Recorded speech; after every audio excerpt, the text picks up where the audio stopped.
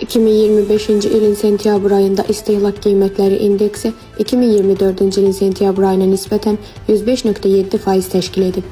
Sentyabr ayında ən çox bahalaşma mal və qoyun ətinin, balıq və balıq məhsullarının, yumurta, xama, kəsmik, kərəyağı, armud, şaftalı, qoz, fındıq, ağ kələm, göyərti, xiyar, pomidor, şirin bibər, badımcan, göy lobya, süfrə çuğunduru, yerkökü, sarımsaq, kartof, qara və yaşıl çayda müşahidə olunub.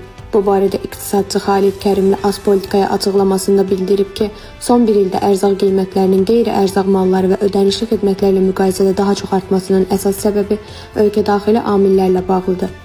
İqtisadçı qeyd edib ki, ötən il ölkədə dizel və benzin yanacağının qiymətinin artırılması, həmçinin bu il yanvardan etibarən işıq və qaz tariflərinin yüksəldilməsi daxili qiymət artımına təsir edən mühüm amillərdəndir. Daha ətraflı məlumatı azpolitika.info saytından əldə edə bilərsiniz.